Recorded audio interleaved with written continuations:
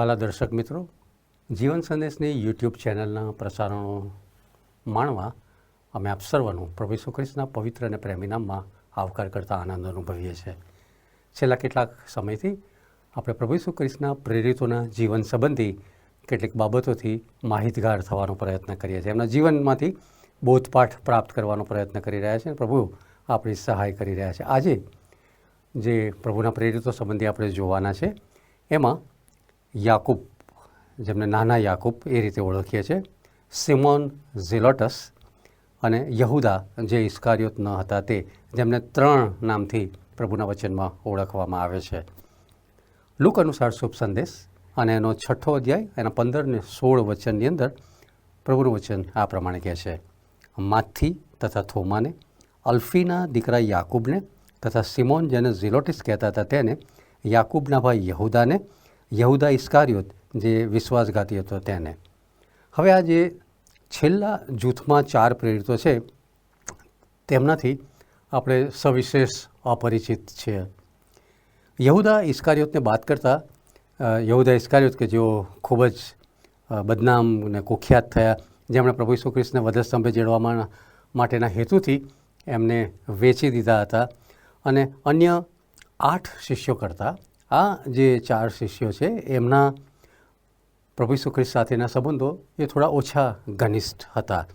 અને સુવાર્તાના વર્ણનની અંદર આ લોકો અંગે પણ ચૂપકીદી સેવવામાં આવી છે.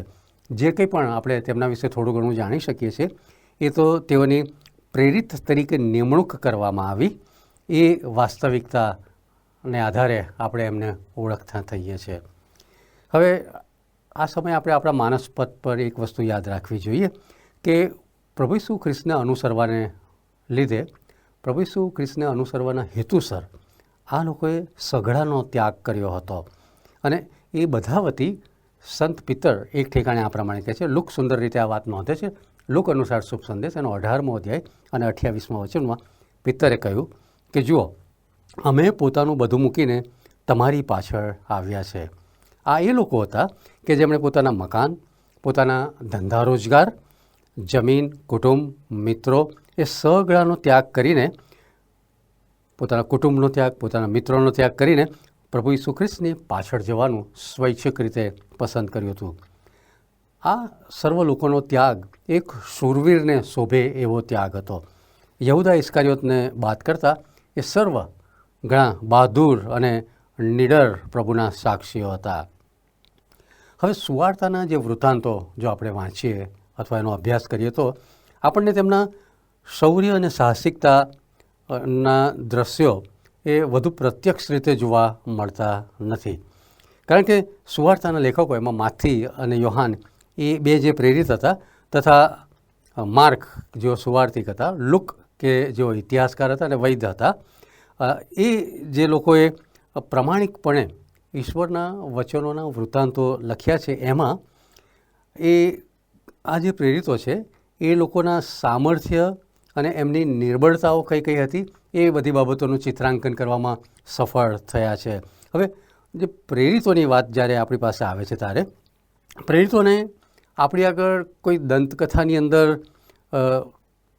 વ્યક્તિઓ ઉભરી આવી હોય એ રીતે રજૂ કરવામાં આવ્યા નથી, પરંતુ વાસ્તવિક મારા અને તમારા જેવા લોકો તરીકે એમને દર્શાવવામાં આવ્યા છે. તેઓમાંથી કોઈ પણ વ્યક્તિ એ વખતે નામાંકિત કે પ્રખ્યાત ન હતા, પણ સર્વસામાન્ય આપણા જેવા એ લોકો માણસો હતા. અને તેથી કરીને જ્યાં સુધી સુવાર્તાના વૃત્તાંતને લાગે વળગે છે ત્યાં સુધી આ જે પ્રેરિતો હતા એ લોકોએ પ્રભુ ઈસુ ખ્રિસ્તના જે જીવનની વાત હતી, તે એમના શિક્ષણની વાત હતી છે, એ બાબતોને વધારે પ્રાધાન્ય આપ્યું છે. અને ભાગ્યે જ પ્રેરિતો કે એમના જીવન સંબંધી આપણને પડદા ઉપર જોવા મળે છે. તેઓ ક્યારેય મુખ્ય ભૂમિકામાં આપણને જોવા મળતા નથી.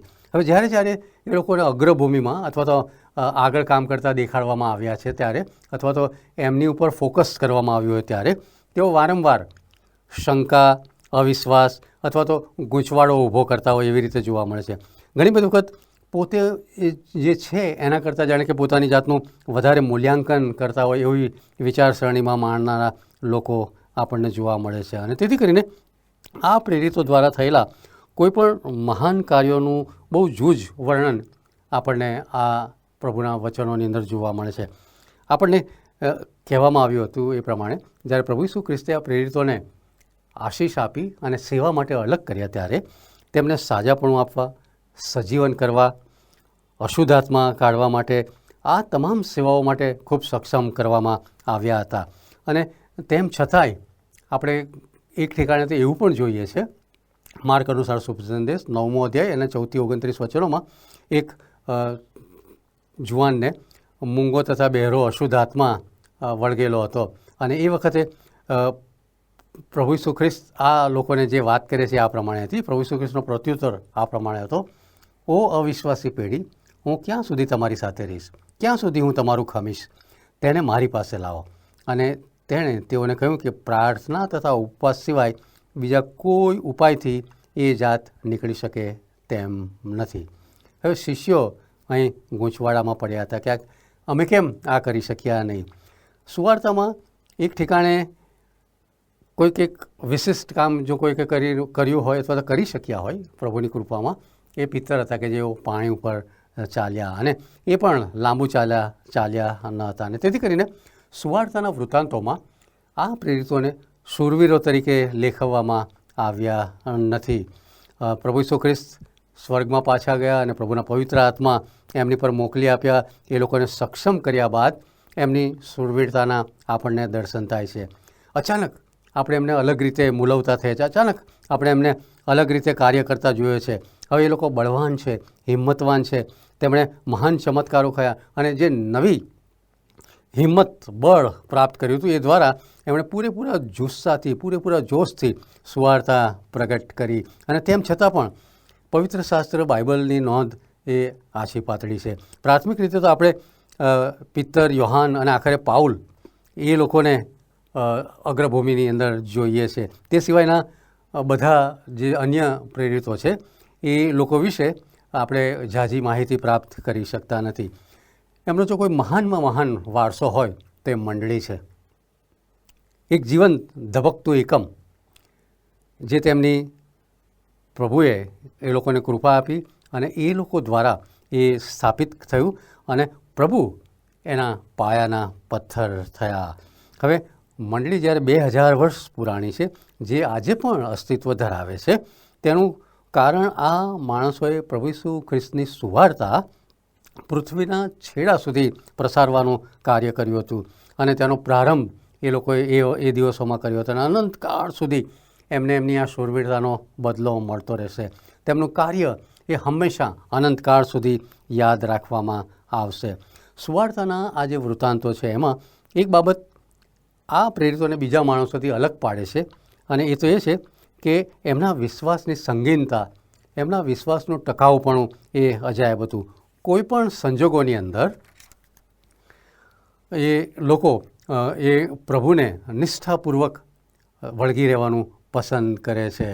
અને તેથી કરીને એ લોકોના જીવનની અંદર એ જે પહેલાં હતા, પ્રભુનો ભેટો થયો, પ્રભુ પાસેથી શિક્ષણ પ્રાપ્ત કર્યું, પ્રભુ પવિત્ર આત્મા એમની પર ઉતરી આવ્યો, ત્યાર પછીના જે એમના કાર્યો છે એ ખૂબ અદ્ભુત અને મને ને તમને એ એક પ્રકારનો જુસ્સો પૂરો પાડે એ પ્રકારના કાર્યો છે. સૌથી પ્રથમ જે આપણે જોવા માગીએ છીએ એ યાકૂબના અનુસંધાનમાં વાત કરીશું. યાકૂબ જેઓ અલ્ફીનો પુત્ર એવું પ્રભુના વચનમાં લખવામાં આવ્યું છે. લુક 6:14-16 પ્રભુનું વચન આ પ્રમાણે કહે છે: એટલે સિમોન, કે જેનું નામ તેણે પિત્તર પણ પાડ્યું, તેને તથા તેના ભાઈ આંદ્રિયાને, યાકૂબને તથા યોહાનને, ફિલિપને તથા બાર્થોલોમીને, માથી તથા થોમાને, અલ્ફીના દીકરા યાકૂબને તથા સિમોન જેને ઝિલોટિસ કહેતા હતા તેને, યાકૂબના ભાઈ યહૂદાને, યહૂદા ઇસ્કારિયોત જે વિશ્વાસઘાતી હતો તેને. હવે લુકની સુવાર્તામાં ઉપલબ્ધ પ્રેરિતોના નામની યાદીમાં 9મું નામ એ આ અલ્ફીના દીકરા યાકૂબ એ 15મી કલમમાં આપણને જોવા મળે છે. પવિત્ર શાસ્ત્ર બાઇબલમાં જો કોઈ માહિતી આ પ્રેરિત અંગે ઉપલબ્ધ હોય તો એ આટલી જ છે. જે અહીં દર્શાવવામાં આવી છે એ એમનું નામ છે. કદાચ ક્યારેય એમણે કોઈ લખાણ કર્યું હોય એવું આપણને જોવા મળતું નથી, અથવા તો લખાણ કર્યું હોય તો કદાચ ઇતિહાસમાં નષ્ટ થઈ ગયું હોય. ક્યારેય એમણે પ્રભુ ઈસુ ખ્રિસ્તની સાથે વાર્તાલાપ કરતા કોઈ એવો પ્રશ્ન પૂછ્યો હોય કે એની નોંધ આપણને જોવા મળે. કંઈ આગળ પડતું કામ એમણે કર્યું હોય, તેમણે ક્યારે કોઈ કીર્તિમાન કામ કર્યું હોય, કોઈ અપકીર્તિ હાંસલ કરી હોય, એ સમુદાયમાંથી આગળ આવીને કંઈક અલગ કાર્ય કરવા માટે પ્રેરાયા હોય, એ કોઈ પણ બાબત આપણને પ્રભુના આ પ્રેરિતના અનુસંધાનમાં જોવા મળતી. તેઓ તો તદ્દન અપ્રસિદ્ધ છે અને તેમનું નામ પણ સાવ સામાન્ય છે. હવે નવા કરારમાં યાકૂબ નામ ધારણ કરતા ઘણા પુરુષો હતા. જબદીના દીકરા યાકૂબ સંબંધી આપણે જોઈ ગયા અગાઉથી. એક અન્ય યાકૂબ પણ હતા, જેઓ મરિયમ અને યુસફના પુત્ર હતા, જેઓ પ્રભુ ઈસુ ખ્રિસ્તના સાવકા ભાઈ થતા હતા. ગલાતીઓનો પત્ર એના પહેલા અધ્યાયના 19મા વચનમાં આ વાત લખવામાં આવી છે, પણ પ્રભુના ભાઈ યાકૂબ સિવાય પ્રેરિતોમાં બીજા કોઈને હું મળ્યો નથી.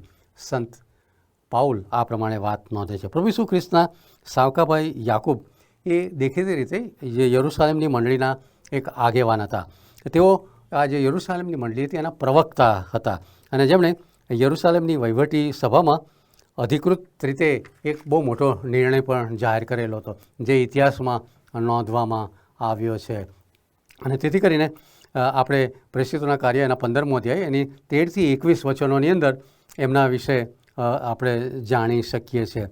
હવે જે યાકૂબ વિશે આપણે વાત કરીએ છીએ, એ યાકૂબના માતાનું નામ આપણને જોવા મળે છે માર્ક અનુસાર શુભ સંદેશ 15મો અધ્યાયના 40મા વચનમાં, જ્યાં પ્રભુ ઈસુ ખ્રિસ્તના મૃત્યુ સંબંધીની વાત કરવામાં આવી છે. ત્યાં આગળ એમની માતાનું નામ લખવામાં આવ્યું છે. એમની માતાનું નામ મરિયમ હતું.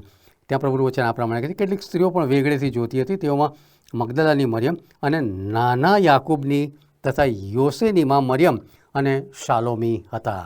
હવે આ કલમ તથા માથે અનુસાર શુભ સંદેશ 27મો અધ્યાયને 56મા વચનમાં જણાવ્યા અનુસાર તે સ્ત્રીને એક અન્ય પુત્ર પણ હતા, એટલે યાકૂબના એક ભાઈ હતા જેમનું નામ યોસે હતું. અને તેથી કરીને આપણને એ વાત સ્વીકારવા કારણ મળે છે કે યોસે પણ ચોક્કસ પ્રભુને સારી રીતે જાણતા હશે અને પ્રભુના શિષ્ય હશે. જો કે તેઓ પ્રેરિત ન હતા, કારણ કે તેમના નામનો ઉલ્લેખ એ આપણને વારંવાર થતો જોવા મળતો નથી. અને તેમની મા હતા તે પણ પ્રભુ ઈસુ ખ્રિસ્તના સ્પષ્ટ રીતે શિષ્ય હશે, એ પણ આપણને ત્યાં આગળ જોવા મળે છે. તેથી કરીને પ્રભુ ઈસુ ખ્રિસ્તને સ્પષ્ટ રીતે આ જે કુટુંબ હતું એ સમર્પિત હતું અને પ્રભુ ઈસુ ખ્રિસ્તના ક્રુસારોહણને નરી આંખે, પોતાની સગી આંખે જોનાર એ આ સાક્ષીઓ હતા. અને પ્રભુ ઈસુ ખ્રિસ્તના મૃતદેહને દફન માટે તૈયાર કરવાના હતા. તે વખતે જે ઘણી સ્ત્રીઓ ત્યાં હાજર હતી, એ પૈકી એક સ્ત્રી આ પણ હતા. માર્ક આ પ્રમાણે નોંધે છે 16મો અધ્યાય પહેલા વચનમાં, વિશ્રામવાર વીતી ગયા પછી મગદલાની મરિયમ, યાકૂબની માં મરિયમ તથા શાલોમી, તેઓએ તેને ચોળવા સારું સુગંધી દ્રવ્યો વેચાતા લીધા. હવે તેમના કુટુંબ અંગે જે અપૂરતી વિગતો એકઠી કરતાં આ યાકૂબ સંપૂર્ણપણે અપ્રસિદ્ધ અને અપરિચિત રહે છે. તેમનામાં રહેલી જે વિશિષ્ટતાની ઉણપ એ તેમના હુલામણા નામમાં પરિવર્તિત થાય છે. માર્ક અનુસાર 15મો અધ્યાયને 40મા વચનમાં જે પ્રમાણે લખ્યું છે એ પ્રમાણે કેટલીક સ્ત્રીઓ પણ તે વેગળેથી જોતી હતી, તેઓમાં મગદલાની મરિયમ અને નાના યાકૂબ તથા યોસેની માં મરિયમ તથા શાલોમી હતા. હવે ગ્રીક ભાષામાં LESS લેસ શબ્દ જે લખવામાં આવ્યો છે, જેને ગુજરાતીમાં આપણે ઓછું પ્રમાણ અથવા નહિવત માત્રામાં એવું કહી શકાય, એનો જે મૂળ ભાષામાં શબ્દ વાપરવામાં આવ્યો છે એ છે માઇક્રોસ, જેનો શાબ્દિક અર્થ થાય છે લિટલ, અથવા કદમાં નાનું અને મહાન નહીં હોય એ પ્રકારનું, અથવા તો અલ્પ અથવા નજીવું. તેથી કરીને આપણને એવું માનવાને કારણ મળે છે કે આ જે પ્રભુના સંત હતા એ સ્મોલ ઇન સ્ટેચર, એનો અર્થ કે નાની કાઠીના હતા, કદમાં નાના હતા અને મહાન ના હોય એવું વ્યક્તિત્વ ધરાવનાર હતા. આ તેમના શારીરિક બાબતોનો ઉલ્લેખ કરતું હોય એવું આપણને જણાય છે. કદાચ હોઈ શકે કે એ એટલી બધી ઊંચાઈ ધરાવતા ના હોય, ઠીંગણા હોય, ઓછા કદની વ્યક્તિ હોય. આ શબ્દ સમૂહ એ ઉંમરમાં નાના હોવું પણ જણાવે છે.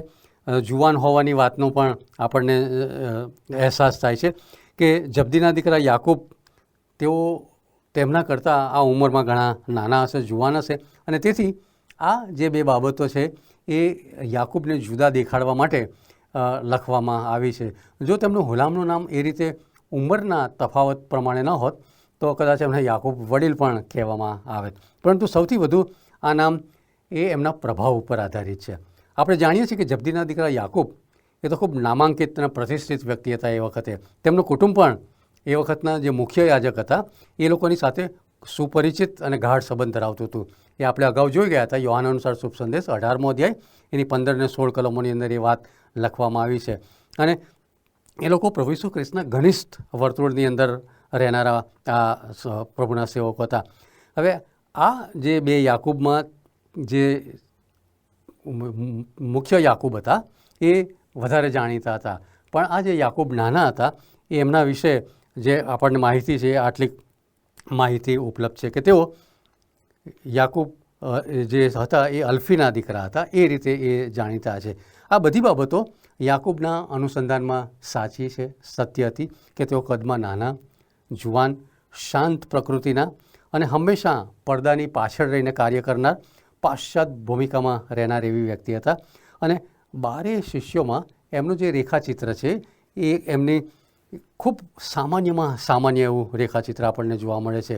કોઈ પણ વિશિષ્ટ લક્ષણો કે એમને જો પ્રસિદ્ધ કરે એવી કોઈ બાબતો આપણને એમાં જોવા મળતી નથી. આ સાથે એક અર્થસૂચક વાસ્તવિકતા એ છે કે ઉપરછલ્લી રીતે તેમણે ક્યારેય પોતાની કદર થાય એવી વાત કરી નથી, ક્યારેય પ્રસિદ્ધિ ઝંખી નથી, તેમણે ક્યારેય કોઈને ટીકાત્મક પ્રશ્ન પૂછ્યો નથી, ક્યારેય તેમણે અસામાન્ય આવડતનું પ્રદર્શન કર્યું નથી. માત્ર એમનું નામ રહ્યું છે કે જ્યારે તેમનું જીવન અને પ્રભુ માટે એમણે જે શ્રમ કર્યો, જે જહેમત ઉઠાવી, એ બધી બાબતો એ આપણને પ્રભુના વચનની અંદર જોવા મળતી નથી. પરંતુ આ 12 પૈકી તેઓ એક હતા અને તેમને એક કારણસર પ્રભુએ પસંદ કર્યા હતા કે અન્ય બીજા પ્રેરિતોની માફક પ્રભુએ એમને એમની સાથે રાખીને તાલીમબદ્ધ કર્યા હતા, એમનું સશક્તિકરણ કર્યું હતું અને એક સાક્ષી રૂપે પૃથ્વીની ઉપર દુનિયાની અંદર એમને મોકલ્યા હતા.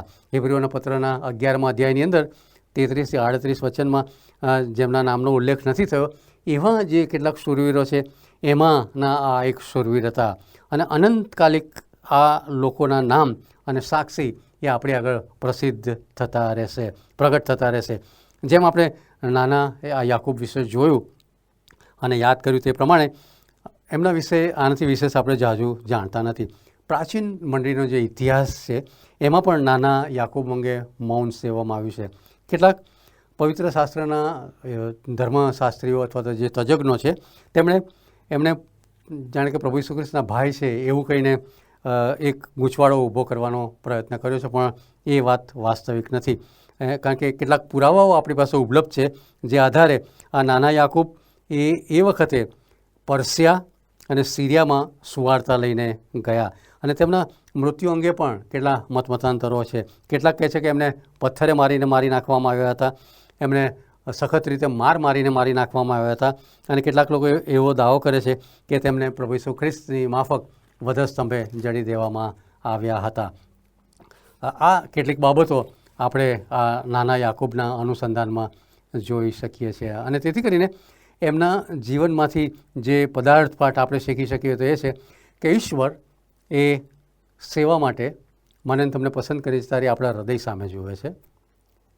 બીજું કે જે સુવાર્તાનું ફોકસ અથવા સુવાર્તાની જે દ્રષ્ટિ છે એ ક્યારેય સંતો ઉપર કે લોકો ઉપર આધારિત નથી, પણ પ્રભુ ઈસુ ખ્રિસ્ત ઉપર આધારિત છે. અને કોઈ પણ પ્રકારનું તેડું એ નાનું હોતું નથી, કોઈ પણ પ્રકારનું તેડું એ ઇનસિગ્નિફિકન્ટ અથવા એની અર્થસૂચકતા એ ઓછી હોતી નથી. પરંતુ આ પ્રભુના સંત જે કંઈ સેવા કરી ગયા એ વિશે હું ને તમે પ્રભુના પવિત્ર વચન બાઇબલમાંથી આટલીક બાબતો શીખી શકીએ છીએ. એ પછી જે બીજા પ્રેરિત હતા જેમનું નામ છે સિમોન ઝલોથસ. લુક અનુસાર શુભ સંદેશ એનો 6ઠ્ઠો અધ્યાય અને 15મા વચનમાં જે બીજા નામનો ઉલ્લેખ થયો છે સિમોન જેને ઝિલોટિસ, માથીને તથા થોમાને, અલ્ફીના દીકરા યાકૂબ તથા સિમોન જેને ઝિલોટિસ કહેતા હતા તેને. તે જ પ્રમાણે માથી પણ આ પ્રમાણે નોંધે છે 10મો અધ્યાય 4થા વચનમાં સિમોન કનાની તથા યહુદા ઇસ્કારિયોત કે જે તેને પરસ્વાધીન કરનાર પણ હતો. માર્ક પણ આ વાત નોંધે છે 3જો અધ્યાયના 18મા વચનમાં અને આંદ્રિયા તથા ફિલિપ તથા બાર્થોલોમી તથા માથી તથા થોમા તથા અલ્ફીનો દીકરો યાકૂબ તથા થદ્દી તથા સિમોન કનાની. તેમને સિમોન કનાની પણ કહેવામાં આવતા હતા. આ સંદર્ભને કોઈ કનાન કે કાના ગામ સાથે કોઈ લાગતું વળગતું નથી, પરંતુ હિબ્રુ ભાષામાં મૂળ શબ્દ ક્વાના, QANNA, એ ઉપરથી એ શબ્દ ઉતરી આવે છે. ક્વાના એનો અર્થ થાય ઉત્સાહી થવું, પ્રોત્સાહિત થવું, એવો અર્થ થાય છે. અને દેખીતી રીતે સિમોન એ વખતે એક પ્રવર્તમાન એવી રાજકીય પક્ષ કે પાર્ટી હતી જે ઝિલોટસ તરીકે જાણીતી હતી, તેના તેઓ સભ્ય હતા. અને તેમને મળેલ આ ઉપનામ પાછળનું તાત્પર્ય પણ એવું સૂચવે છે કે તેઓ સ્વભાવે ઉગ્ર અને ઉત્સાહી હતા અને તેને લીધે એ આ પ્રમાણેની ઓળખ ધરાવતા હતા. પરંતુ આ શબ્દ સમૂહ એ પ્રભુ ઈસુ ખ્રિસ્તના સમયની અંદર બહુ જ પરિચિત હતો. લોકો આ શબ્દ સમૂહથી સુપરિચિત હતા અને મહદઅંશે આ જે શબ્દ પ્રયોગ એમના માટે કરવામાં આવે છે એક ડર પેદા કરે એવો શબ્દ પ્રયોગ હતો. આ એક ગેરકાયદેસર રાજકીય પક્ષને સૂચવતો હતો અને દેખીતી રીતે સિમોન ઝિલોટસ એ આ પંથના સભ્ય હતા. મહાન ઇતિહાસકાર જેમનું નામ છે જોસેફસ, એ જે નોંધે છે એ પ્રમાણે એ વખતે યહૂદીઓ મધ્યે 4 વિભિન્ન જૂથ હતા અને એ આ વાતનું વર્ણન આ પ્રમાણે કહે છે. સૌથી પહેલો જે વર્ગ હતો એ ફરોશીઓ, કે ફરોશીઓ જે હતા એ નિયમશાસ્ત્ર સંબંધિત ચુસ્ત હતા, સહેજ પણ આડું અવળું ના ચલાવી લે. આ લોકો એ વખતના જે ધાર્મિક મૂળભૂત સિદ્ધાંતો હતા એનું ખૂબ સખ્તાઈથી, ચોકસાઈથી પાલન કરવામાં માહિર હતા અને એ બાબતની અંદર બહુ ચુસ્ત રહેતા હતા. આપણે એમને એમ પણ કહી શકીએ એ લોકો બહુ કટ્ટર રીતે એ બાબતની પાછળ લાગુ રહેતા હતા, તેથી એ લોકો કટ્ટરવાદી પણ આપણે એમને કહી શકીએ. ત્યાર પછી જે બીજો પંથ હતો એ સાદુકી પંથ હતો. આ જે પંથ હતો એ ધાર્મિક રીતે ઉદામવાદી, એટલે ઉદાર મત ધરાવનાર એવો વ્યક્તિ હતા. તેઓ જે હતા એ લોકો અલૌકિક બાબતો એટલે કે ચમત્કારોનો સખ્તાઈથી વિરોધ કરતા હતા, નકાર કરતા હતા. આ લોકો તો ધનાઢ્ય હતા, અમીર ઉમરાઓ હતા અને સત્તાધારી હતા. તેઓ મંદિરના કારભારી હતા, નિયંત્રણ રાખનાર હતા. અને એ વખતે જે એસને નામનો ઉલ્લેખ કરવામાં આવ્યો છે, એ એસએનએસ, એ લોકો એવું કહેતા હતા કે આ જે લોકો હતા એ નિયમશાસ્ત્રના અભ્યાસ અર્થે પોતાનું જીવન એ ઉજ્જડ જગ્યાએ જઈને વિતાવવાનું પસંદ કરતા હતા. એ તપસ્વી કે સાધુ જે રીતે જીવન જીવતા હોય એ રીતે અપરિણિત રહીને જીવન જીવવા માટે એ લોકો પોતાની જાતને તૈયાર કરતા હતા.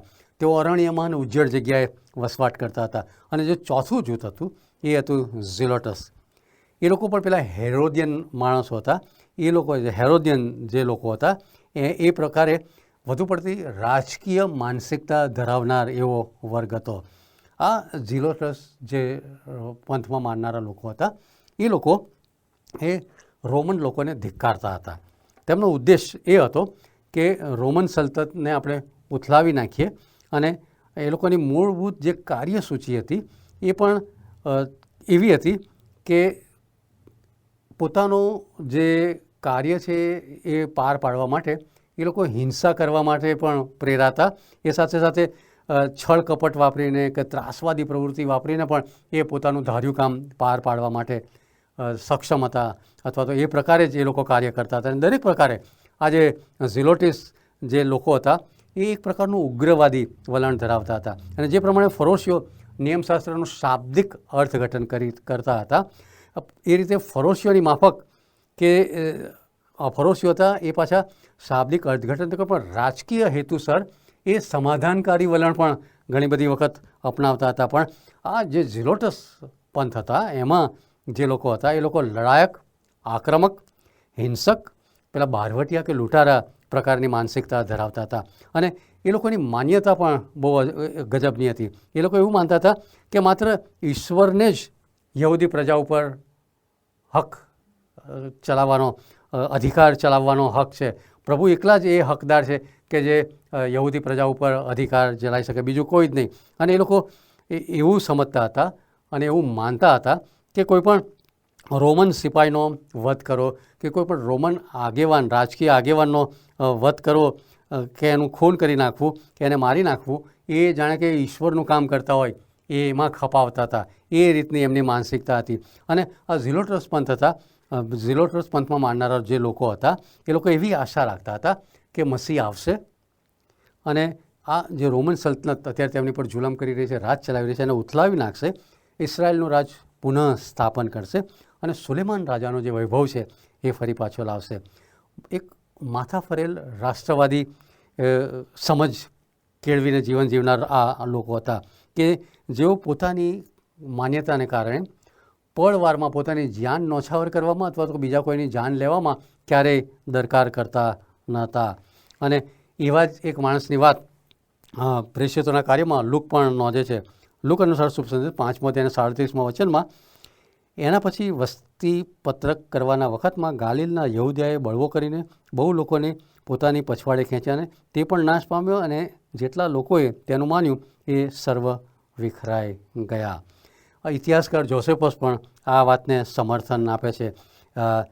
આ જે ઘટના બની હતી એ ઘટનાની વાત કરતાં આ જે ઝિલોટસ પંથના જે લોકો હતા એ વખતે જે રોમન વસ્તી ગણતરી થઈ એ વખતે કરવેરાની સામે હિંસક બળવો થયો હતો અને આ ઝિલોટસ આગેવાનો હતા એ લોકોએ બળવામાં બહુ પ્રખર આગેવાની આપી હતી. એની નોંધ આપણને આ પ્રેષિતોના કાર્ય 5મો અધ્યાય અને 37મા વચનમાં કરવામાં આવે છે. એમાં એ યહૂદા નામની એક વ્યક્તિ હતી જેની વાત આપણને કરવામાં આવે છે. ઝિલોટસ જે વર્ગ હતો એ એવું માનતો હતો કે જે વિધર્મી રાજા છે એને ચૂકવવામાં આવતી ખંડણી એ જીવતા ઈશ્વર સામે રાજદ્રોહ છે, વિશ્વાસઘાત છે, આપણે ઈશ્વરનો દગો કરી રહ્યા છે. અને આ વિચાર દ્વારા ઊભી કરીને એ રૂમી જે કરવેરા નીતિ હતી એ એનાથી ઉત્પન્ન થયેલા જે લોકો એનાથી દબાઈ ગયા હતા, લોકો એનાથી ત્રાસ પામતા હતા, એ બધી બાબતોની વાત લોકોની મધ્ય કરતા અને લોકોને આ બાબતો ગમતી અને બહુ સહજ રીતે લોકો આ બાબતને સ્વીકૃતિ આપતા હતા. અને આ ગાલિલનો યહૂદા હતો એ તક ઝડપી લે છે, પણ આપણે જોઈએ છીએ કે ત્યાં આગળ એનો વધ કરવામાં આવે છે. હવે આ ઝિલોટસ જે ગ્રુપ હતું, જે લોકો હતા એ લોકો એક સમય પછી ભૂગર્ભમાં ચાલ્યા જાય છે. એમના આતંકી કૃત્યો જે કરતા હતા એ હવે ખૂબ કાળજીપૂર્વક કરવાના એ લોકો શરૂ કરે છે. એ લોકો તદ્દન ખાનગી રાખતા અને એ રીતે એ લોકો પોતાની પાસે એક પ્રકારનું હથિયાર રાખતા હતા અને એ એટલા બધા ખતરનાક હતા કે એ લોકો એકલા અટુલા આવા કોઈ રાજકીય આગેવાન કે રોમન સરકારને માણસો જો ત્યાંથી નીકળતા હોય તો એ લોકોની પર હુમલો કરતા અને એ લોકોને મારી નાખતા હતા. અને એ રીતે આ જે આપણે સિમોન ઝિલોટસની વાત કરીએ છીએ એ આ પ્રકારના એક જૂથમાંથી આવતા હતા. આ જે લોકો હતા એ ખૂબ ઉત્સાહી રીતે આ બધું કામ પાર પાડવામાં પોતાની જાનની પરવા કર્યા વગર કોઈપણ કાર્ય કરવાની અંદર પાછાપાની કરતા ન હતા. આ સિમોન આ લોકો પૈકી એક હતા. આ માથી દ્વારા જે 12 પ્રેરિતોની યાદી તૈયાર કરવામાં આવી છે તેમાં તેમનો ક્રમ યહૂદા ઇસ્કારિયોતની પૂર્વે આવે છે. હવે જ્યારે પ્રભુએ બધાને બબ્બેની જોડીમાં મોકલ્યા હશે સેવા કાર્ય કરવાને માટે, ત્યારે જે સેવા કાર્યની સોંપણી એમને કરવામાં આવી છે શક્ય છે એમનું જે નામ છે એ યહૂદા ઇસ્કારિયોતની પૂર્વે આવે છે અને એટલે યહૂદા ઇસ્કારિયોત સાથે એમને જવું પડ્યું હોઈ શકે. એટલે માર્ક અનુસાર 6 અધ્યાય 7મા વચનમાં, અને 12 શિષ્યોને પોતાની પાસે બોલાવીને તેઓને બબ્બે મોકલવા લાગ્યો અને તેણે તેઓને અશુદ્ધ આત્મા ઉપર અધિકાર આપ્યો. તેઓ બંને પ્રભુ ઈસુ ખ્રિસ્તને અનુસરવા માટે એક સરખા રાજકીય કારણોસર આવ્યા હતા. પણ કોઈક રીતે સિમોને પ્રામાણિક વિશ્વાસુ સેવક થયા, તેમના જીવનમાં રૂપાંતર થયું અને યહૂદા ઇસ્કારિયોતે ક્યારેય પ્રભુ પર વિશ્વાસ કર્યો નહીં.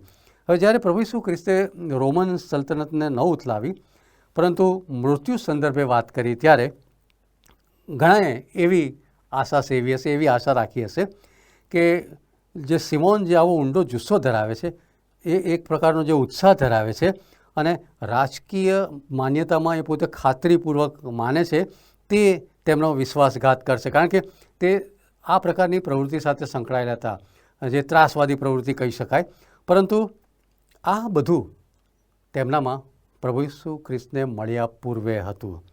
અલબત્ત આ 12 પૈકી એક કે જેમણે માથી સાથે પણ જોડાવાનું થયું હશે, પણ જ્યારે માથી એ દાણ ઉઘરાવતા હતા, એ રોમન સરકારની સેવા કરતા હતા, ત્યારે બે તદ્દન સરખી માનસિકતા ધરાવનાર વ્યક્તિ સાથે ન હતા, પરંતુ એક રોમન સરકારને મદદરૂપ થતા હતા અને એક રોમન સરકારની વિરુદ્ધ હતા. એટલે આપણને પ્રશ્ન થાય કે કેવી રીતે આ લોકો સાથે રહીને પ્રભુની સેવા કરી શકતા હતા. પણ પ્રભુને મળ્યા પછી તેમનામાં બહુ મોટો ફેરફાર થયો. આ જે બધી બાબતો હતી એ એમણે પ્રભુના ચરણમાં મૂકી અને એક આશ્ચર્ય પ્રમાણે એવી વાત ત્યાં થાય છે કે પ્રભુ ઈસુ ખ્રિસ્ત સિમોન ઝીલોટસ જેવી વ્યક્તિને પ્રેરિત તરીકે પસંદ કરે છે, તૈયાર કરે છે, અને આ વ્યક્તિ એ પ્રખર વફાદારી, એ જુસ્સા સાથે, હિંમત સાથે, ઉત્સાહ સાથે પ્રભુમાં વિશ્વાસ કરીને પ્રભુની સેવાને માટે પોતાનું જીવન પ્રભુના નામમાં અર્પણ કરે છે. પ્રભુ ઈસુ ખ્રિસ્તને અપનાવ્યા પહેલાં એમનો જે ઉગ્ર ઉત્સાહ ઇસરાયેલ પ્રત્યે હતો એ હવે પ્રભુ ઈસુ ખ્રિસ્ત પ્રત્યેની એમની ભક્તિમાં દેખાતો હતો. કેટલાક પ્રાચીન સ્ત્રોતને આધારે યરૂશાલેમના વિનાશ બાદ સિમોન ઉત્તરના જે વિભાગો હતા, યરૂશાલેમની ઉત્તરના જે ભાગ હતા, એ પરદેશી હકુમત હેઠળ હતા. એમાંના એક નાના ટાપુના સમૂહ ઉપર સુવાર્તા પ્રગટ કરવા ગયા હતા અને ઘણા બધાની માફક સિમોન પવિત્ર શાસ્ત્રના ફલક ઉપરથી અદૃશ્ય થઈ ગયા. તેમનું શું થયું એ કોઈ વિશ્વાસપાત્ર નોંધ આપણને જોવા મળતી નથી. પરંતુ એક વખત યહૂદા પ્રાંતમાં રાજકીય કાર્યસૂચિ માટે મરવા અને મારવા માટે થનગનાટ અનુભવનાર વ્યક્તિ એ વધુ સાચું અને ફળવંત ઈશ્વરના હેતુ માટે જીવન જીવનાર વ્યક્તિ બને છે, ઈશ્વર માટે જીવન ન્યોછાવર કરનાર વ્યક્તિ બને છે અને સુવાર્તા પ્રચારમાં, તારણના પોકારમાં કોઈ પણ જાતિ, દેશ, ધર્મના પાપીના ઉદ્ધાર અંગે પ્રભુની વાત કરવામાં એ પોતાનું જીવન પ્રભુના હાથમાં સોંપી દે છે. જે છેલ્લો પ્રેરિત આ જૂથની અંદર જોવા મળે છે યહૂદા ઇસ્કારિયોત પૂર્વે, એ હતા યહૂદા, યાકૂબનો દીકરો. વફાદાર અને વિશ્વાસુ જે શિષ્યો હતા એમની યાદીની અંદર આ આખરી નામ યહૂદા, જે યાકૂબનો દીકરો છે, તેનું નામ યહૂદા એ પોતાના નામમાં જ વિશિષ્ટતા ધરાવે છે. એનો અર્થ થાય છે કે ઈશ્વર યહોવા દોરનાર છે, દોરવણી આપનાર કે માર્ગદર્શન આપનાર. યહોવા જો દોરવણી આપનાર અને માર્ગદર્શક છે. પરંતુ યહૂદા ઇસ્કારિયોતના વિશ્વાસઘાતને કારણે હંમેશને માટે આ નામ એ નકારાત્મક અભિપ્રેતમાં ગરકાવ થઈ ગયું. એનો અર્થ ગુમાવી બેઠું. પ્રેરિત યોહાન જ્યારે તેમના નામનો ઉલ્લેખ કરે છે ત્યારે યોહાન 14:22 એ આ પ્રમાણે નોંધે છે, યહૂદા જે ઇસ્કારિયોત ન હતો તે તેને પૂછે છે કે પ્રભુ, તું અમારી આગળ પોતાને પ્રગટ કરશે અને જગતની આગળ નહીં, એનું શું કારણ છે? યહૂદા જે યાકૂબના દીકરા હતા એ વાસ્તવમાં 3 નામથી પરિચિત હતા. એમને 3 નામથી ઓળખવામાં આવે છે. જેરોમ, જેઓ પ્રાચીન ઈશ્વર વિદ્યાશાસ્ત્રી હતા, તેઓ તેમને ટ્રાઇનોમિયસ એટલે કે 3 નામવાળી એક વ્યક્તિ એ રીતે ઓળખાવે છે.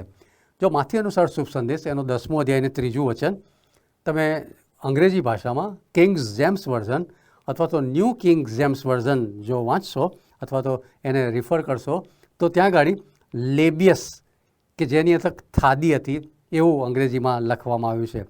યહૂદા એ નામ એ એમના જન્મ વખતે આપવામાં આવ્યું હશે. લેબિયસ તથા થાદી એ જરૂરથી એમના હુલામણા નામ હશે.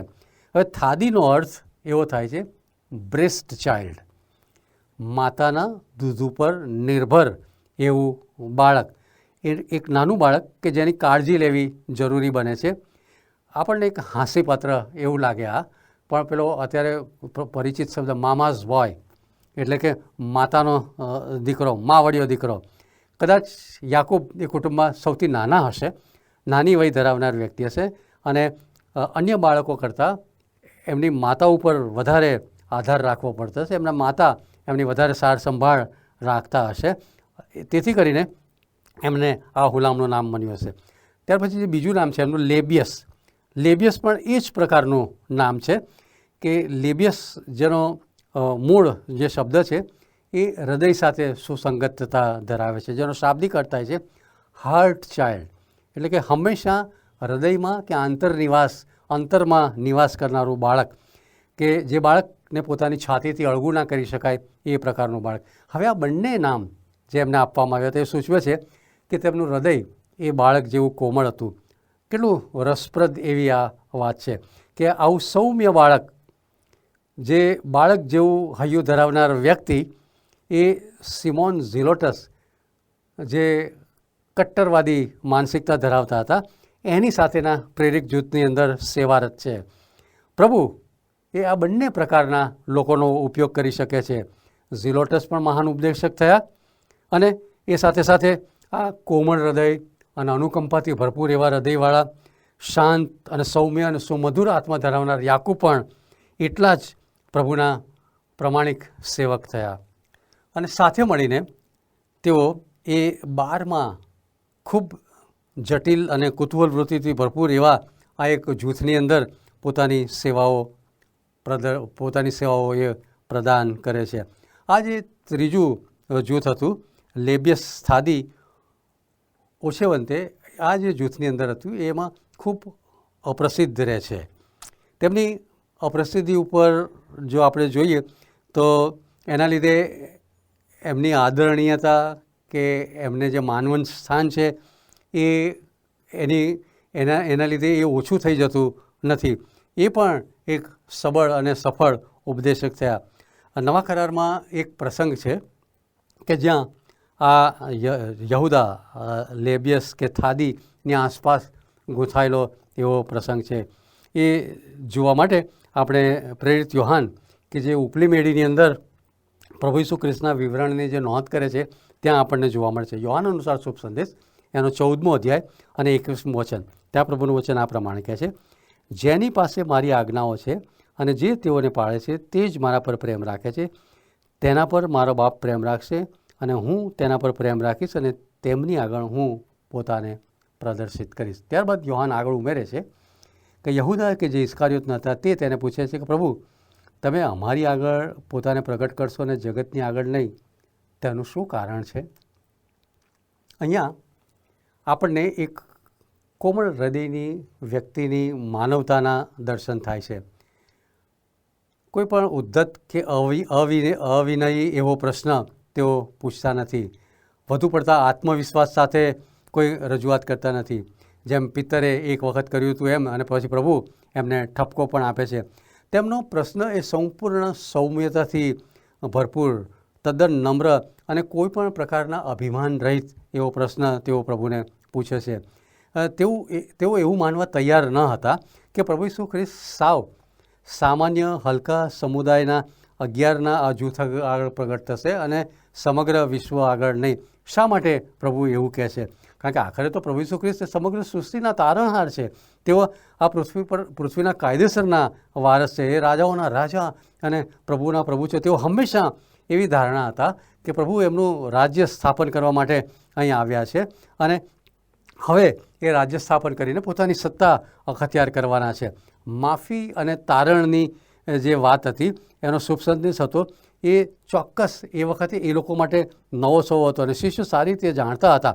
પરંતુ આખું વિશ્વ મહદઅંશે આ જે વાત હતી એનાથી વિપરીત બાબતો ઉપર વિશ્વાસ ધરાવતા હતા. જે વિશ્વ હતું એ વખતે એ ગૂંચવાડામાં હતું. તેથી લેબિયસ થાદી એ જાણવા માગતા હતા, એ જાણવા ઈચ્છા રાખતા હતા કે શા માટે પ્રભુ એ એમના શિષ્યો, એમના પ્રેરિતોની આગળ પ્રગટ થશે અને જગતની આગળ નહીં.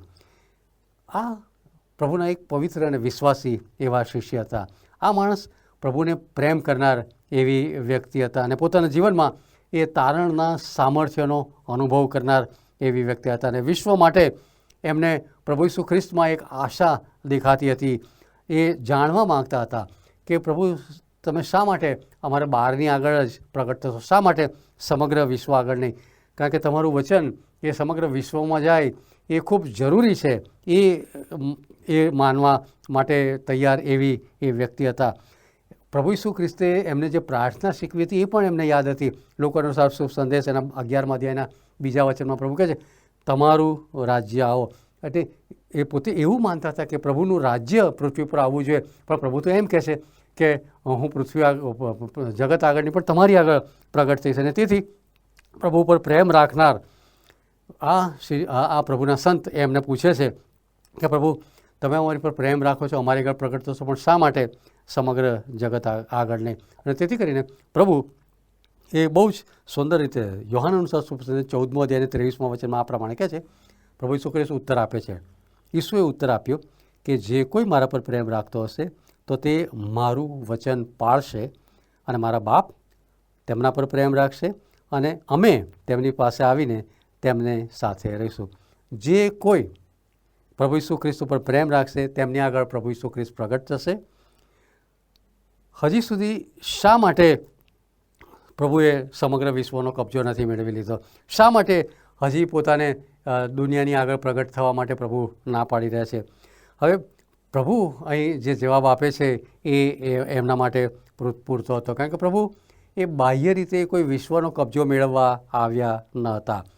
પ્રભુ લોકોના હૃદયમાં અંતર્નિવાસ કરવાના હતા. લોકોનું હૃદય પરિવર્તન કરીને પ્રભુનું રાજ્ય એ લોકોના જીવનમાં સ્થાપિત કરવાના હતા, અને એ રીતે એ જગતને જીતવાના હતા. એ આખી વાત એ પ્રભુના શિષ્યના સમજમાં નથી. તેથી આ સુકોમળ હૃદય રાખનાર એવા પ્રભુના સંત યહૂદા એ પ્રભુને આ પ્રશ્ન પૂછે છે, અને પ્રભુ એનો ઉત્તર ખૂબ સુંદર રીતે સવિનય રીતે એને આપીને સમજાવે છે કે હું અને બાપ તમારી પાસે આવીને રહીશું. અને એમ પ્રભુ કેવી રીતે પોતાનું રાજ્ય એ સમગ્ર સૃષ્ટિ પર સ્થાપવાના હતા એ વાતની એ પ્રભુના શિષ્યને સમજાવે છે. પ્રભુના શિષ્યની આગળ એ બધી બાબતોની સમજૂતી પૂરી પાડે છે. અને મોટાભાગની જે પરંપરાઓ છે એ એવું સૂચવે છે કે આ લેબિયસ થાદી એ 50મા દિવસ બાદ થોડા વર્ષો પછી સુવાર્તા લઈને એ પણ ઉત્તરના ભાગમાં જાય છે, ઇસરાયેલની ઉત્તરના રાજ્યોના વિસ્તારમાં, એટલે મેસોપોટેમિયા રાજ્ય હતું ત્યાં, અને એનું જે રાજવી શહેર હતું એડેસ્સા, ત્યાં એ ગયા હતા, જે હાલ તુર્કસ્તાનમાં આવેલ છે. અને સંખ્યાબંધ પ્રાચીન પુરાવાઓ ઉપલબ્ધ છે કે એ વખતે જે એડેસ્સા રાજ્ય હતું એની અંદર એક એબગાર નામના રાજા રાજ્ય કરતા હતા. અને આ એબગાર રાજા એ માદા પડે છે, એ કોઈપણ પ્રકારની માંદગીમાં, ગંભીર માંદગીમાં પટકાય છે. અને 4મી સદીની અંદર થઈ ગયેલા ઇતિહાસકાર આ વૃત્તાંતને નોંધે છે. યુસેબસ એ વખતે એડિસાના જે પ્રાચીન દસ્તાવેજો છે એની અંદર એ બાબત નોંધે છે કે કઈ રીતે થાદી એ આ જે એબગાર રાજા હતા એમને સાજાપણું આપવામાં મદદ કરે છે. એબગાર રાજાના જે રાણી હતા હેલેના ધ એડોબાઇટ, એ પણ એમની સેવા થકી અને પ્રભુ પાસે આવે છે.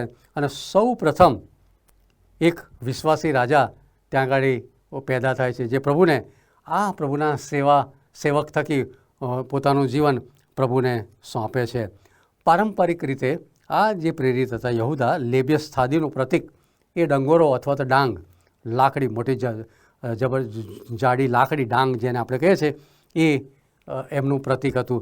અને પ્રભુના સેવા કરતાં પ્રભુ પર વિશ્વાસ રાખીને પોતાની સેવામાં આગળ વધતા એમને ડાંગ કે ડંગોરો એમને મારીને, એમને ફટકારીને મારી નાખવામાં આવે છે. અને એ રીતે એ પોતે શહાદત વરે છે. આમ મૃદુ હૃદય જીવન અંત સુધી પ્રભુને અનુસરવામાં પાછું પડ્યું નહીં. તેમની સાક્ષી વધુ બોલનાર કે વધુ જાણીતા શિષ્યો કરતાં જરાય ઊણી ઉતરે એવી નથી. તેઓ પણ અન્યની માફક સાવ સામાન્ય માણસોનો પ્રભુ કેવો અદ્ભુત ઉપયોગ કરે છે, એ માટે એમનું જીવન આજે પણ મારીને તમારી આગળ એક પ્રેરણા સ્ત્રોત સમાન છે. મને તમને આજે પણ એ પડકારે છે. અને આમ આ પ્રભુના 3 સંતો એ પ્રેરિતોએ પોતાનું જીવન પ્રભુની સેવાને અર્થે પ્રભુના નામમાં ન્યોછાવર કર્યું. પ્રભુ આ સત્ય સમજવા આપણ સર્વની પુષ્કળ મદદ કરો.